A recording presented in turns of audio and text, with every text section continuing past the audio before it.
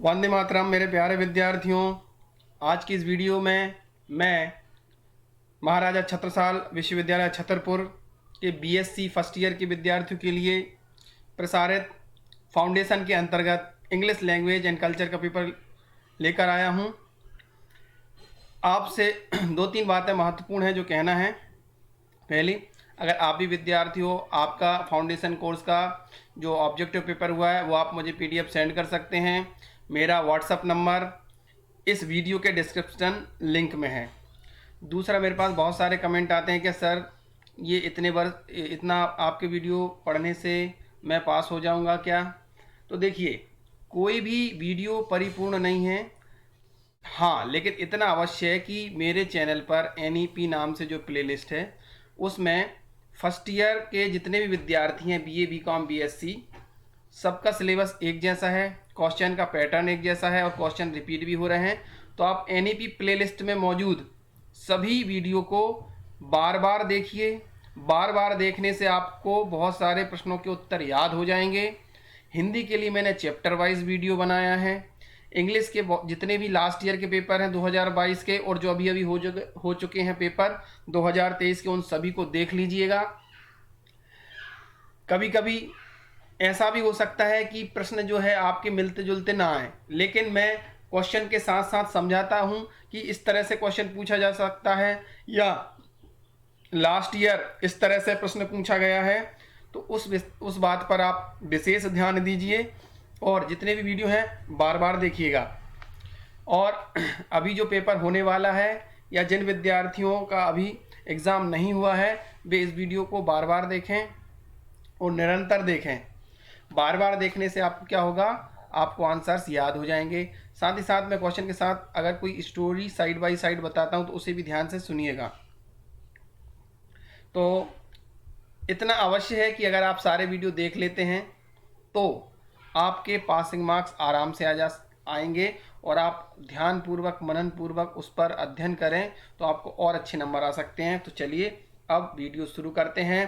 Question number 51 है। इसका पहला पार्ट है हिंदी के जो क्वेश्चंस थे उस पर मैं वीडियो बना चुका हूं, आप देख लीजिएगा, इसी चैनल पर उपलब्ध है। इंग्लिश के रह गए थे। अब देखिए, in the poem there the mind is without fear reason is compare to. अब इस साल ये पहला प्रश्न है, अभी तक के जो पेपर हुए हैं 2023 में उसमें क्वेश्चन मुझे पहली या दूसरी बार देखने को आ रहा है। अभी रानी दुर्गावती विश्वविद्यालय में भी शायद, लेकिन लास्ट ईयर का आप देखिए, जीवाजी विश्वविद्यालय का पेपर देखेंगे या भोपाल बरकतुल्लाह विश्वविद्यालय का पेपर देखेंगे, ये क्वेश्चन स्ट्रीम करके आया है, केवल स्ट्रीम आया है ऑप्शन में। तो अब इसमें देखिए क्लियर स्ट्रीम भी दे दिया, तो ये इसका आंसर क्या होगा, डी होगा। गॉट इट, याद रखिएगा 51 का आंसर है डी। हर चैप्टर से देखिए, आपका पहला चैप्टर इंग्लिश में where the mind is without fear, 4-5 question इससे आ जाते। तो आप कवि के बारे में, पोएट के या राइटर के या ऑथर के बारे में जानकारी रखिएगा, उनका जन्म कब हुआ, कहाँ हुआ, तो इसकी जानकारी आप अलग से रखिएगा। नेट पर सर्च करिए, मिल जाएगा आपको। तो आप देखिए द एक्स से 4-5 क्वेश्चन आते हैं विलान वाले से, इसी तरह और भी आपको मिलेंगे। हर चैप्टर से 3-4 क्वेश्चन अवश्य आते हैं। देखिए पहले चैप्टर से ही है। Question number 52, Rabindranath Tagore is a well known poet of. देखो लास्ट ईयर क्वेश्चन रिपीट हुआ सीधा सीधा। अगर आपने वीडियो देखा है इन विद्यार्थियों ने, छत्रसाल के विश्वविद्यालय के विद्यार्थियों ने, तो ये क्वेश्चन में उन्हें बिल्कुल डाउट नहीं होना, तुरंत पहचान जाएंगे। पश्चिम बंगाल, वेस्ट बंगाल का संबंध रविंद्रनाथ टैगोर से है। ये पश्चिम बंगाल के प्रसिद्ध क्या थे, प्रसिद्ध कवि, आप तो जानते ही हैं, जनगण मन इन्होंने ही लिखा है। Question number 53, father in Tagore's poem is, यानी टैगोर जी की जो कविता है where the mind is without fear, उसमें पिता किसे कहा गया है, तो वो पिता गॉड को कहा गया है। ये भी लास्ट ईयर का प्रश्न है। देखिए पहले तीनों प्रश्न लास्ट ईयर के हैं, तो आप कैसे कह सकते हैं, अगर आपने 2022 के मेरे वीडियो देखे हैं तो ये 1 से 3 तक क्वेश्चन, अगर आपको इंग्लिश कम समझ में भी आती है तब भी क्वेश्चंस अगर आप बार बार देखेंगे, उसके आंसर्स पे थोड़ा वर्क करेंगे तो आपको 200% लाभ होगा। तो ठीक है, नेक्स्ट क्वेश्चन देखते हैं। खैर बहुत सारे कमेंट भी आते हैं कि सर आप बीच बीच में बातें करते हैं, तो जिनको बातें अच्छी ना लगे वो आप फास्ट मोड में प्लेबैक में करके देख लीजिएगा, क्योंकि मुझे बहुत सारे विद्यार्थियों को लेकर चलना होता है। ऐसे भी विद्यार्थी हैं जिन्हें अंग्रेजी बिल्कुल समझ में नहीं आ रही है, उनको भी साथ लेकर चलना है, इसलिए मैं साथ साथ में हिंदी में आपको बता देता हूँ। Which is the famous work of Tagore, तो टैगोर जी का प्रसिद्ध वर्क क्या है, तो याद रखिए गीतांजलि। गीतांजलि पे ही उन्हें 1913 में 1913 में नोबेल पुरस्कार प्राप्त हुआ है और गीतांजलि पर प्राप्त हुआ है, और वे पहले एशिया के ऐसे व्यक्ति हैं जिन्हें साहित्य में नोबेल पुरस्कार प्राप्त हुआ। तो ये जानकारी आपको होना चाहिए। तो यहाँ पर ये क्वेश्चन इसी साल का है, गीतांजलि। 54 का बी ऑप्शन सही है। Next question number 55, according to Gandhi the existing system of education is based on. तो गांधी जी के अनुसार जो है, अब यहाँ गांधी जी वाले जो चैप्टर है आपका एजुकेशन से रिलेटेड, उससे क्वेश्चन आया है। तो 55 का बी है, फॉरेन कल्चर। मेरा ये जो बहुत सारा ये जो वीडियो है जो काफ़ी कहना चाहिए सबसे ज़्यादा व्यूज़ हैं जिस पर, इंग्लिश वाला है। वो पहला मैंने लास्ट ईयर 2022 में सॉल्व पेपर डाला था, उसका एक 5वां प्रश्न इसी से रिलेटेड है कि न्यू जो पॉलिसी है, एजुकेशन पॉलिसी से रिलेटेड है। उसका आंसर मैंने आर के नारायण बताया, तो वो गलत है। मैंने कई बार कमेंट में बच्चे कमेंट देते हैं, तो त्रुटिवश हो गया था, तो उसे करेक्ट कर लीजिए, मैंने डिस्क्रिप्शन में भी दे दिया है। तो उसका क्वेश्चन आंसर एम के गांधी था। ठीक है। नेक्स्ट क्वेश्चन नंबर 55 का हो गया B. 56, what must children be taught from their infancy. ये क्वेश्चन लास्ट ईयर का रिपीट है, अभी भी क्वेश्चन आया था रानी दुर्गावती में शायद। तो dignity of labour, dignity of labour यानी श्रम की गरिमा, मजदूरी करने की गरिमा पता होना चाहिए, बच्चों को बचपन से सिखाया जाना चाहिए, ये गांधी जी कहते हैं। Gandhi ji considers the study of English language important because. तो 57 है, अकॉर्डिंग टू द चैप्टर 57 का ए आंसर ही सही बैठता है। It has rich treasures of literature, यानी ये समृद्ध है, इसमें समृद्ध साहित्य मौजूद है। Which language is regarded as language of international commerce and diplomacy. तो यहाँ पर निश्चित रूप से इंग्लिश के बारे में गांधी जी ने कहा है। 58 का ओके सी होगा, इसमें गलती से हिंदी पर लग गया, मैं बोल इंग्लिश ही रहा हूँ। इंग्लिश इंटरनेशनल कॉमर्स और डिप्लोमेसी की लैंग्वेज माना है अकॉर्डिंग टू द गांधी जीज चैप्टर। क्वेश्चन नंबर 59 देखते हैं। Who foretold that Velan would live in a big house. देखिए लास्ट ईयर का क्वेश्चन है कि ऐसा किसने कहा था कि जो विलान है वो एक दिन, ऐसी भविष्यवाणी किसने की थी कि एक दिन विलान जो है बहुत बड़े हाउस में रहेगा, 3 स्टोरी यानी 3 मंजिला मकान का मालिक उसमें रहेगा, ऐसा कहा था। तो ये कहा था एस्ट्रोलॉजर ने, एक ज्योतिषी ने ऐसी भविष्यवाणी की थी। 59 का सी है। देखिए 59 इसलिए है कि 50 प्रश्न ही हिंदी में आएंगे और 50 इंग्लिश के क्वेश्चन आएंगे, ऑब्जेक्टिव बेस्ड होंगे, फाउंडेशन के क्वेश्चन। ये आपको पता है, अगर आप पहला वीडियो देख रहे हैं तो आपको मैं बता देता हूँ। 1 से 50 तक के छत्रसाल यूनिवर्सिटी का हल प्रश्न पत्र वो मैंने पहले वीडियो बना दिया है। ये इंग्लिश का क्वेश्चन है 51 से लेकर 100, यानी 50 प्रश्न है 51 से 100 तक। अगला प्रश्न है question number 60, Velan left home because. क्यों छोड़ा विलान ने घर। तो मैंने आपको बताया हिज फादर स्लैप्ड हिम, उसके पिता ने क्या था, उसे चांटा मार दिया था। और विलान ने कब घर छोड़ा था, यानी कितने वर्ष की आयु में घर छोड़ा था, ये आप मुझे कमेंट बॉक्स में जल्दी से कमेंट करिएगा, ताकि मैं जान सकूं कि आपने पिछला वीडियो मेरा देखा है कि नहीं। बार बार वो क्वेश्चन रिपीट हुआ है, हो सकता है आपके साथ वो वाला क्वेश्चन रिपीट हो जाए, वो वाला क्वेश्चन आ जाए। तो यहाँ पर विलान लेफ्ट होम बिकॉज उसके पिताजी ने उसे चांटा मार दिया था। His father slapped him. Question number 61, which was most dear to विलान।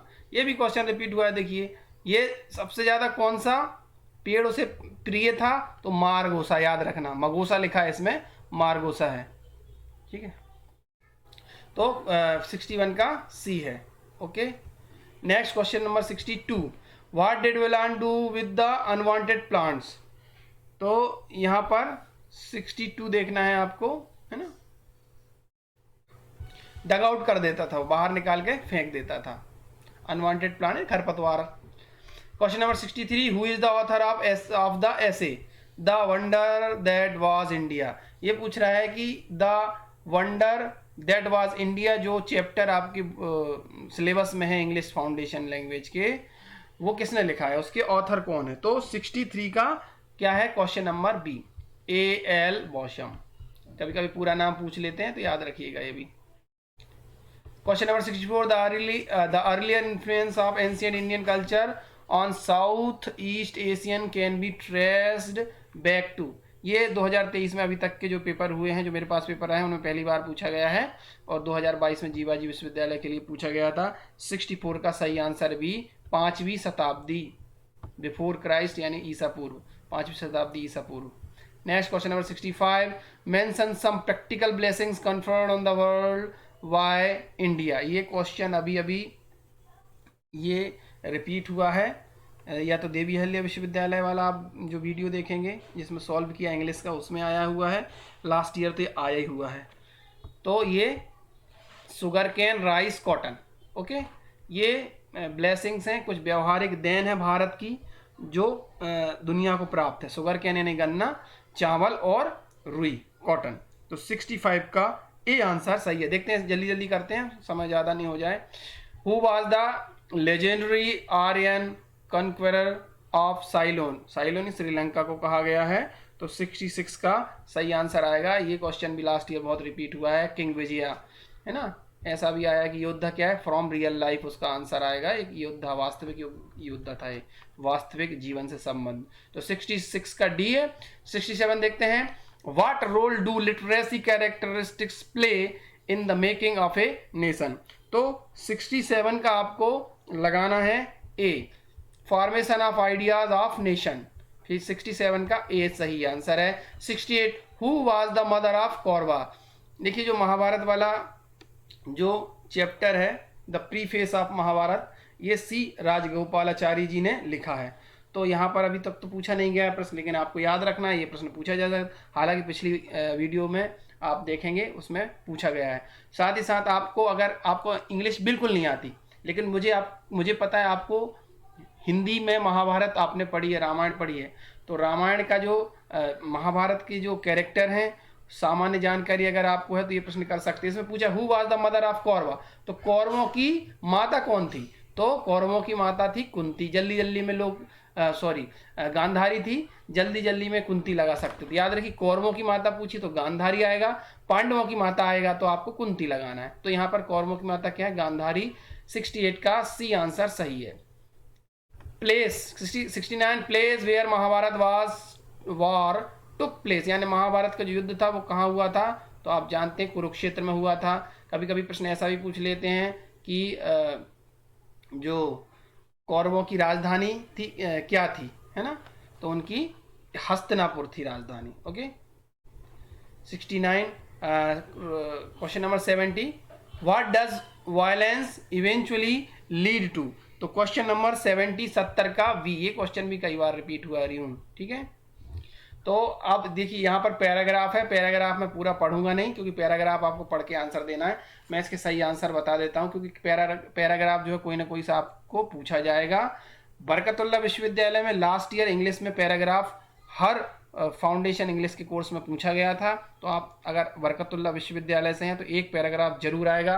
Paragraph के आंसर आपको उसी में से खोज के देना। मैं केवल एक उदाहरण बताऊंगा, बाकी सारे आंसर बताऊंगा आपको।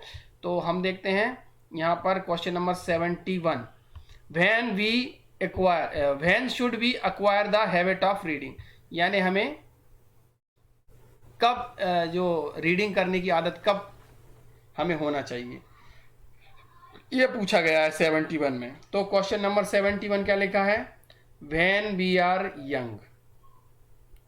क्वेश्चन नंबर 71 में क्या लिखा है, when we are young, जब हम जवान हो या जब हम तरुण हो। अब देखिए ऐसा क्यों है, अब हमें इसका मन से नहीं लगाना है कि हमें बचपन से ही आदत होना चाहिए पढ़ने की। बचपन में तो खेलते हैं बच्चे। हम देखेंगे 71 में इसी आंसर कैसे आया है।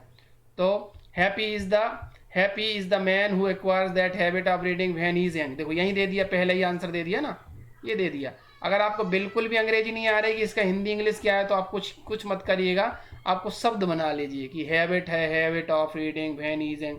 तो habit of reading when he is young. अब आप देख लीजिएगा हैबिट ऑफ रीडिंग है व्हेन वी आर यंग। अब यहाँ तो आर कर दिया क्योंकि क्वेश्चन इस तरीके से पूछा गया है, तो ये यंग आ गया है ना, तो ये सी आंसर सही है। तो ये पूरा पैराग्राफ जो है रीडिंग पर है, लाइब्रेरी पे है, पुस्तक पढ़ने से रिलेटेड है, तो उसी से रिलेटेड क्वेश्चंस आएंगे। मैं आपको आंसर बता देता हूँ, आपको स्क्रीनशॉट लेना है तो ले लीजिएगा क्योंकि ये लास्ट ईयर शायद ये पैराग्राफ आया है कहीं। जहाँ तक आप पुरानी मेरी वीडियो देखेंगे, अगर आपने देख ली होगी तो आपको याद आ गया होगा कि कौन सा ऐसा वीडियो है जिसमें ये वाला पैराग्राफ आया है। तो हैप्पी इज अ मैन ये आ गया है। और यहाँ से स्क्रीनशॉट आप ले लीजिएगा अगर आपको पैराग्राफ देखना है। Gold and silver and precious stone but with the riches must more valuable than these knowledge noble thoughts and high. ये कह रहा है कि सोना चांदी बहुमूल्य होते हैं निश्चित रूप से, लेकिन सोने चांदी से भी बहुमूल्य क्या है, सबसे कीमती क्या है, ज्ञान, उच्च विचार, है ना, और अच्छे आइडियाज, अच्छे विचार, सुविचार, ये सब अच्छा है। ये इस तरह से यहाँ से स्क्रीनशॉट ले लीजिए यहाँ तक का आपको पढ़ने के लिए, और यहाँ से ये भी ले लीजिए। अब मैं आपको आंसर बता देता हूँ। 71 का हो गया। 72, when does a man's wealth become more precious than gold. तो यानी गोल्ड से ज़्यादा जो कीमती क्या है ना। तो 72 क्या कह रहा है, 72 का D, if he has his books with him, है ना। तो ये कहा गया है कि अगर उसके पास बुक हैं तो वो ज़्यादा कीमती हैं सोने जवाहरात से, सोने चांदी से। तो क्वेश्चन नंबर 73 है, the synonyms of leisure is. तो लीजर का आपको सिनोनिम्स यानी होता है समानार्थी, एंटीनिम्स यानी होता है विलोम। एंटी यानी होता है ना कि एंटिक है यानी विलोम है, तो ऐसा आप याद रख सकते हैं जिनको थोड़ी अंग्रेजी में कठिनाई होती है। तो 73 का सही आंसर है बी, फ्री टाइम को लीजर कहा जाता है ना। Question number 74, whose life becomes empty. किसकी जो लाइफ है वो खत्म मानी जाती है या खाली होती है। तो 74 का आंसर आएगा B, one who does not read at all. Read at all, जो कभी भी क्या होता है, कभी भी पढ़ता नहीं है, उसकी लाइफ खाली खाली सी होती है। क्वेश्चन नंबर 75 पे चलते हैं। When does reading becomes highest kind of pleasure. जो है रीडिंग है, जो पढ़ना है या अध्ययन है, वो कब सर्वोच्च आनंद बन जाता है। तो 75 का राइट आंसर है B, when we choose novels only to read. Okay, next, the antonyms of amusement. तो आपको ये जो शब्द है उसका विलोम अर्थ बताना है। तो 76 का राइट आंसर है ए, अनहैप्पीनेस, उसका अपोजिट पूछा गया है। Next, question number 77, when our brain is weary we should. क्या करना चाहिए जब हमारा जो ब्रेन है वो थोड़ा वियरी हो जाए, तो आपको क्या करना चाहिए। तो आपको करना चाहिए read story written by famous writer. आपको पढ़ना चाहिए अच्छे कहानीकारों की रचना। जैसे हिंदी में आपको पढ़ना है तो प्रेमचंद को पढ़िए, कितना अच्छा लिखा है। पढ़ना है तो आपको हरिशंकर प्रसाद जी को पढ़िए, क्या लिखा है उन्होंने। शरद जोशी जीप पर सवारी लिया, कितना अच्छा व्यंग्य है आपकी हिंदी में। Next, 78, books are the most faithful of friend. ये ट्रू और फॉल्स पूछा गया है 78 में। तो 78 का राइट आंसर है A, true. 79, books on various topics are a source of pleasure and. ये पूछा गया है, तो ये भी आपको पैराग्राफ से आंसर देना है। 79 का सी आंसर सही है, पैराग्राफ से, pleasure and education. Okay, next, question number 80, 80वां प्रश्न देखेंगे हम। सीरीज के हिसाब से 50 में से ये 30वां प्रश्न होगा। One who can speak 2 languages is known as. Last year का क्वेश्चन रिपीट हुआ है। ऐसा व्यक्ति जो 2 भाषाएं बोल सकता है। तो याद रखिए, बाय का अर्थ होता है 2, है ना, और लैंग्वेज का अर्थ होता है भाषा। तो बायलिंगुअल कहाँ लिखा है, ये लिखा है बायलिंगुअल। लिंगुअल यानी 2, लैंग्वेज, बाय यानी 2, है ना, लिंगुअल यानी लैंग्वेज, तो 2 भाषाएं। क्वेश्चन नंबर 81 पे चलते हैं। क्वेश्चन नंबर 81 देख लेते हैं। My father's dash is about 80 kg। तो ये 80 kg क्या है, वजन है। तो वजन वाले को वेट को क्या कहते हैं, VEIGHT वेट। और ये WAT वेट वाला क्या होता है, ये होता है इंतजार करने वाला, है ना। ये तो ऐसा समानार्थी शब्द है। 81 का बी आंसर जो है सही है। अगला प्रश्न देखते हैं। 82, the dash of Munshi Premchand deal with rural life. बिल्कुल प्रेमचंद जी की अभी बात हुई थी, उन्होंने ग्रामीण जीवन को अपनी किसमें, द स्टोरी। और ये स्टोरी, इस स्टोरी का मतलब होता है कहानी, और ये स्टोरी का मतलब होता है मंजिला। जैसे ये विलान वाले चैप्टर में आया है ना कि एस्ट्रोलॉजर ने भविष्यवाणी की थी कि वो 3 स्टोरी यानी 3 स्टोरी बिल्डिंग में रहेगा, 3 मंजिला मकान में रहेगा। तो स्टोरी मतलब होता है कितनी स्टोर बनाई, 2 स्टोरी, 3 स्टोरी, यानी अपन कहते हैं कितने मंजिला मकान है, 2 मंजिला, 3 मंजिला, बहुमंजिला, मल्टी स्टोरी। ओके, तो यहाँ पर 82 का बी वाला जो है स्टोरी, STORY कहानी, इसका आंसर 82 का ये सही है। Next question, choose the correct word, सही शब्द का आपको चयन करना है। 83 का क्या है? A person who loves money and hates spending, जो क्या करता है, पैसे से प्यार करता है और पैसे को खर्च करने से नफरत करता है, उसे कहते हैं मीजर, बी आंसर, यानी कृपण, हिंदी में कृपण या कंजूस। क्वेश्चन नंबर 83 का बी आंसर सही है। 84 पर चलते हैं। 84 है the family was known for its wealth and greatness of heart, तो 84 का सही आंसर आएगा एफ्लुएंस, सी आंसर सही है। Next question 85, a person who has been appointed or selected to attend a conference is, दिए गए ऑप्शंस में ये डेलीगेट ऑप्शन जो है वो सही है इसका, ठीक है, जो कॉन्फ्रेंस अटेंड करता है उसे डेलीगेट कहते हैं। Next 86, a person who is slow in learning, जो सीखने में जो धीमा होता है उसे, उस व्यक्ति को क्या कहते हैं? तो 86 का आंसर है ए, डलार्ड। ओके, नेक्स्ट क्वेश्चन, डल का अर्थ मूर्ख होता है, डलार्ड है ना धीमा सीखता है, जो ऐसे कहते हैं जिसकी बत्ती देर में जलती हो, ट्यूबलाइट, ऐसा कह सकते हो, है ना। पर ऐसा नहीं, सबकी सीखने की क्षमता अलग अलग होती है, कोई जल्दी सीख लेता है किसी चीज को, कोई देर से सीख पाता है। Next question number 87, a book in blank pages on which pictures और पेपर कटिंग और स्ट्रीक इज नोन एज, यानी ऐसी खाली किताब जिसमें कुछ पेपर की कटिंग हो, कुछ चित्र वगैरह चिपकाए गए हों, उसको कहते हैं स्क्रैप बुक। एक ही बार लास्ट ईयर 2022 में कहीं पेपर हुआ था, उसमें एक क्वेश्चन आया था, और ये अब सीधे 2023 में अभी तक के पेपरों मुझे देखने में आया है। तो देखिए क्वेश्चन रिपीट ही होते हैं, आपको सारे वीडियो देखना है। 87 का डी आंसर। क्वेश्चन नंबर 88 पर चलते हैं। Study of ancient things is, यानी जो प्राचीन चीज़ें हैं उनका अध्ययन क्या, इनको अध्ययन क्या कहला जाता है? उनका अध्ययन करना कहलाता है आर्कियोलॉजी, है ना। यानी इसको क्या कहते हैं हम? आर्कियोलॉजी ऑफ इंडिया, है ना। एक जहाँ भी आपने पुरातत्व का भ्रमण किया हो, कभी आप ताजमहल गए हो, या आप कोई ऐतिहासिक इमारत जो कि ASI यानी आर्कियोलॉर, जो हमारा, मैं भूल रहा हूँ उसको हिंदी में क्या कहते हैं, वो डिपार्टमेंट है भारत का, तो उसमें लिखा होता है ना, आर्कियोलॉजी ऑफ इंडिया, ASI लिखा होता है, आर्कियोलॉजिकल सर्वे ऑफ इंडिया, ठीक है। एंथ्रोपोलॉजी तो मानव विज्ञान को कहा जाता है, जूलॉजी वनस्पति शास्त्र होता है, जूलॉजी ना, नहीं बॉटनी होता है वनस्पति, जूलॉजी प्राणी विज्ञान, और पैथोलॉजी आप जानते हैं। Next 89, one who looks on the dark side of life, है ना। तो 89 का सही क्या है? ए, इसका है पेसिमिस्ट, यानी निराशावादी, जो डार्क साइड देखता है। 89, 90, लास्ट 10 क्वेश्चन बचे हैं, जल्दी जल्दी करते हैं। वन हु नोज एवरीथिंग, जो सब कुछ जानता है उसे कहते हैं ओमनीसिएंट।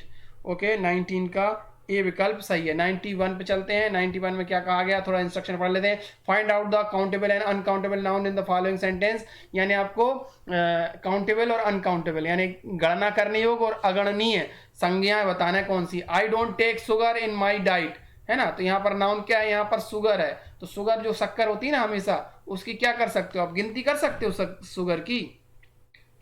नहीं कर सकते ना, तो अनकाउंटेबल आएगा, है ना।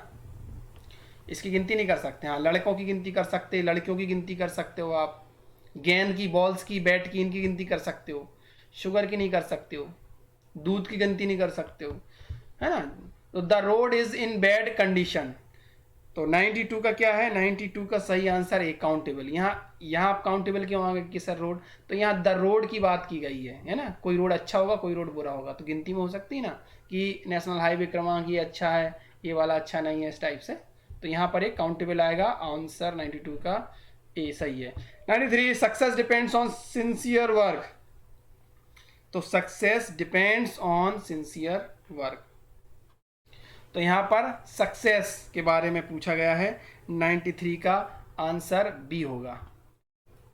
अनकाउंटेबल है ना सक्सेस, सफलता को आप कैसे गिनती करोगे? एक सफलता, दो सफलता, ऐसा नहीं। तो सफलता यानी एब्स्ट्रैक्ट नाउन जितनी भी होती हैं, जिन्हें आप कहते हैं ना भाववाचक संज्ञा, वो सब अनकाउंटेबल में आएंगी, याद रखिएगा। तो सक्सेस यहाँ पर एब्स्ट्रैक्ट है, इसलिए अनकाउंटेबल आएगा। 94, सी वियर्स डार्क ग्लासेस, उसने कैसे डार्क चश्मे पहन रखे हैं ना, तो ये आप चश्मे को तो काउंट कर सकते हो ना, एक चश्मा, दो चश्मा, तो ये 94 का क्या सही आएगा, ए सही है, काउंटेबल नाउन है। ये थोड़ा सा आपको दिखाई नहीं दे रहा होगा, ये देखिए विद्यार्थियों, अगर आप मुझे पीडीएफ भेजते हैं सॉल्व करने के लिए तो उसे आप अच्छी क्वालिटी में भेजिए, ताकि देखो वापस आप विद्यार्थियों के ही इसी रूप में मैं प्रेजेंट करता हूँ। फिल्टर लगाने के बाद भी थोड़ा सा यहाँ काला नजर आ रहा होगा, फिर भी मैं आपको पढ़ के सुना रहा हूँ। The adjective of common noun boy is, यानी जो विशेषण है कॉमन नाउन है, कॉमन नाउन जो आपका बॉय है यानी लड़का, जो जातिवाचक संज्ञा, उसका आपको विशेषण बनाना है ना। तो इसका क्या होगा, 95 का सही उत्तर होगा बी, बॉयश। ये वाला बी वाला ऑप्शन, बॉयस जो है, बॉयज नहीं बॉयश यानी लड़कपन है ना, बालपन इसे कह सकते हो आप। 96 पे चलते हैं। I met Kabir dash sister is a dancer, choose the correct relative pronoun आपको बताना है इसमें। तो 96 का सही आंसर आएगा A, I met Kabir who sister is a dancer, मैं कबीर से मिला जिसकी बहन क्या थी, डांसर थी। 97 सिनोनिम्स ऑफ एंशिएंट, एंशिएंट का आपको समानार्थी यानी पर्यायवाची बताना है। तो एंशिएंट यानी पुराना होता है, तो इसका ओल्ड हो जाएगा। 97 का आपको डी आंसर सही है। जल्दी जल्दी करते हैं। एंटीनॉम्स ऑफ इजी, इजी का विलोम बताना है, एंटी बताना है आपको। एंटीनॉम्स का एंटीनॉम्स ऑफ इजी, इजी का एंटीनॉम क्या होगा, इजी यानी क्या होता है, आसान, डिफिकल्ट यानी क्या होता है, कठिन। तो 98 का क्या हो जाएगा, ए आंसर सही है। Next question, we add suffix to, ये क्वेश्चन जरूर आता है। वी एड सफिक्स, सफिक्स यानी क्या होता है, सफिक्स बाद में जुड़ता है। तो we add suffix to dash of a word, क्या हो जाए, एंड ऑफ ए वर्ड यानी आखिर में जुड़ता है। ई एन डी एंड यानी होता है समाप्त या आखिरी, और ए एन डी एंड यानी होता है और, है ना। तो ये ई एन डी एंड की बात कर रहा हूं। और प्रीफिक्स कहाँ लगाते हैं, हम स्टार्ट में लगाते हैं। There is not dash tea in the pot. Last question है, क्वेश्चन नंबर 100 है। ओके, तो इसका आंसर क्या आएगा, there is not any tea in the pot. बिल्कुल, अब यहां सम नहीं आएगा। इस क्यों नहीं आएगा, देखिए जब भी नेगेटिव में बात करी गई हो, सेंटेंस नेगेटिव हो, तो वहां पर याद रखिएगा सम टी सम मिल्क नहीं आएगा, एनी टी एनी मिल्क आएगा बस। क्योंकि यहां देखो लिखा है ना नॉट, इज नॉट, यहाँ नेगेटिव है ये, there isn't, there is not, any आएगा। इसलिए याद रखिएगा नेगेटिव सेंटेंस है तो आपको बिल्कुल ध्यान नहीं रखना है, सम आपको याद रखना है, एनी एक भी नहीं है। ओके, यहाँ पर 100 प्रश्न पूरे होते हैं। और ऑल द बेस्ट आपके एग्जाम के लिए, जिनका एग्जाम होने वाला है, ऑल द बेस्ट। और वीडियो को देखिए और भी दोस्तों को शेयर कीजिए। Thank you for watching.